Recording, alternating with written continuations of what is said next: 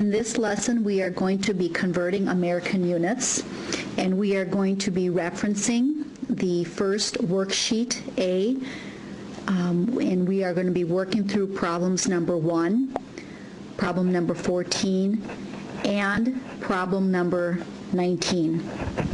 We will set up these problems as proportions and cross multiply and divide. In looking at problem number 1, we are converting 36 feet to yards. First thing we ask ourselves is, what are we comparing? And we are comparing feet to yards.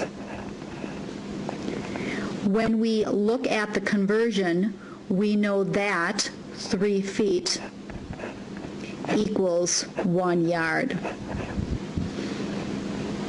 We can now substitute the information in that we have from the problem, and we have 36 feet, and the 36 feet will go on top. And our unknown is the number of yards that 36 feet make, so we'll put an X on the bottom that represents the yards.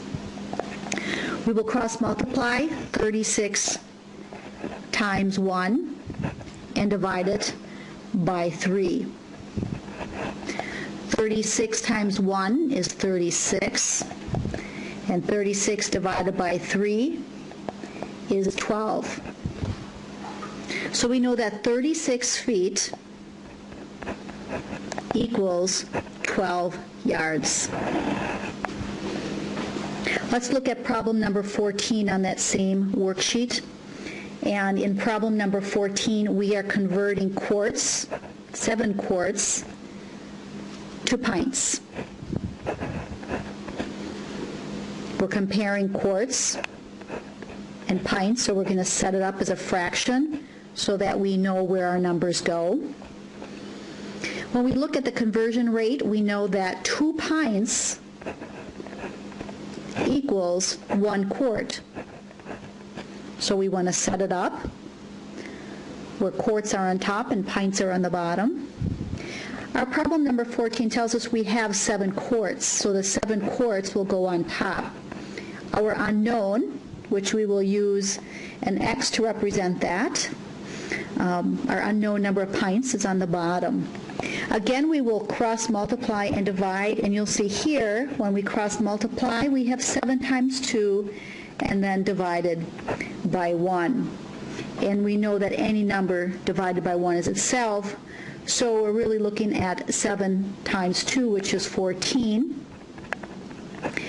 And so 7 quarts is the same as 14 pints. So hopefully you're starting to see that if you set it up as a proportion, first identifying what it is that you are comparing, these problems are not too difficult.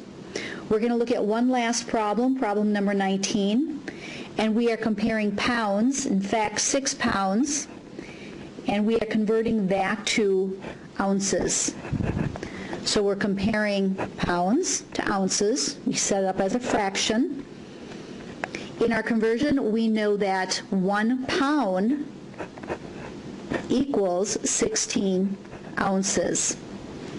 We are given 6 pounds, so the 6 pounds will go on top, and our unknown is the number of ounces, represented by X.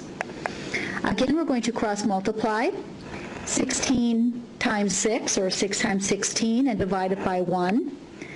And we know that when we multiply the 6 times 16, that gives us 96. So 16 pounds is the same, or when it's converted, is 96 ounces.